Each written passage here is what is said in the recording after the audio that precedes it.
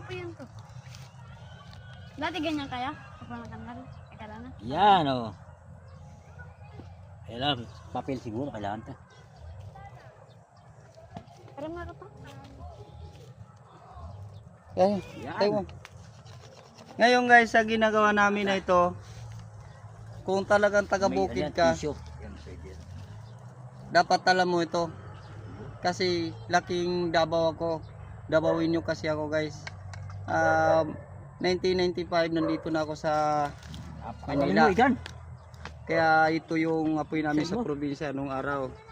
Natutunan ko din sa mga magulang ko to. Surprise ko Guys. dyan lang. Ko lang alam. Sana magustuhan nyo yung video namin ni Gan. I-like na lang guys. Para kasi ako guys, hindi ako kasi nakapag-aral. Gusto kong makapagtapos yung mga anak ko sa pag-aaral. Kaya sinishare mo yung Kaya nga ginagawa ko yung lahat ng paraan bilang ama.